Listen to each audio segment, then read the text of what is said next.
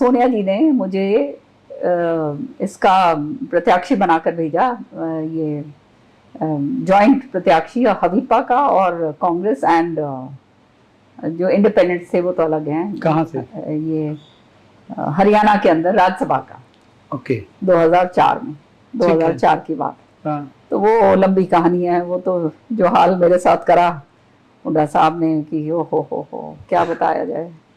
इनके तो ये हो गया कि ओहो ये यहाँ आ गई। पहले इनको ये रहता था कि दिल्ली के अंदर है, सारा इसका मेल जोल है, सारी जगह है, हाँ। नाम है, सब कुछ है।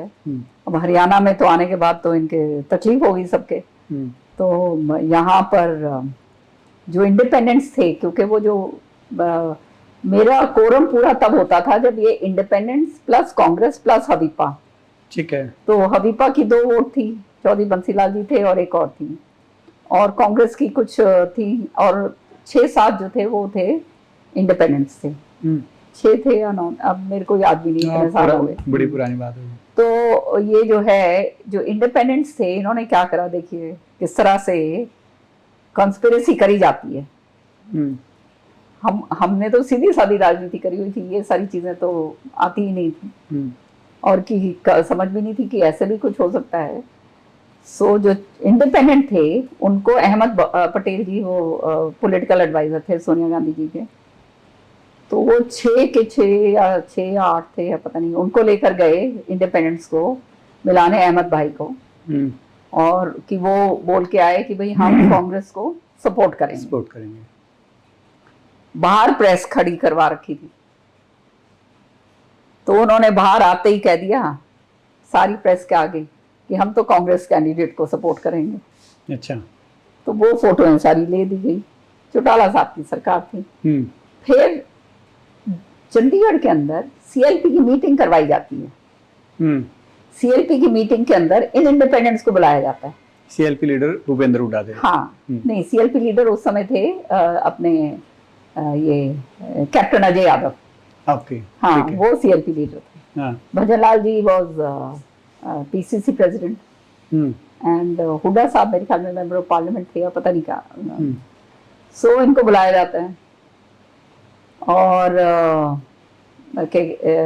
सीएलपी की मीटिंग, हाँ, ही वो सीएलपी लीडर या पता नहीं क्या, मुझे नहीं मालूम, आई डोंट नो। एनीवे, सो वो सीएलपी की मीटिंग होती है। सीएलपी की मीटिंग के अंदर सारे इंडिपेंडेंट्स के साइन करवाए जाते हैं under the head Congress CLP meeting. समझ रहे हो? अच्छा। और वो जो है वो कागज फाड़ के वो स्पीकर को दे दिया जाता है, पहुंचा दिया जाता है एज प्रूफ कि भैया तो कांग्रेस में आ गए। अच्छा। तो स्पीकर ने उन सारों को बर्खास्त कर दिया कि ये इनकी वोट, ये जो है ये अब वोट नहीं डाल सकते। और वो एक सारी चाल थी। हाँ? ये चाल के जरिए हुआ है ना सारा। हाँ। जो सीएलपी की मीटिंग के अंदर उनको बुलाने का क्या मतलब था? हाँ। पहली बात तो ये है।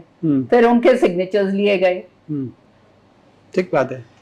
फिर प्रेस कॉन्फ्रेंस करवाई गई कि हम तो कांग्रेस को वोट देंगे। तो ये तो तरीका था ना कि उनको डिस्क्वालीफाई करने का। स्पष्ट कर दो।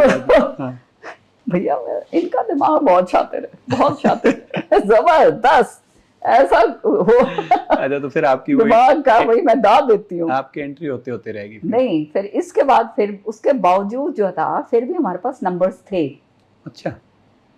उसके अंदर जब वोट पड़ी तब एक कांग्रेस की वोट जो है वो इनवैलिड हो गई। इनवैलिड कैसे हो गई? उस पर बिंदी लग गई। अब वो बिंदी किसी और दिख नहीं रही थी, तो वो नेचुरली ये सारा षड्यंत्र था। तो वो नहीं, ये तो वोट इनवैलिड है, इनवैलिड है, ये देखो बिंदी बिंदी बिंदी। तो ये तो इसका मतलब मिली भगत थी, दिखा दी गई वो। तो जी इस तरह से वो एक वोट भी कांग्रेस की इनवैलिड हुई और हमारे को हराया गया। बता। हाँ। तो ये शुरुआत हमारी हरियाणा की राजनीति के साथ हुई।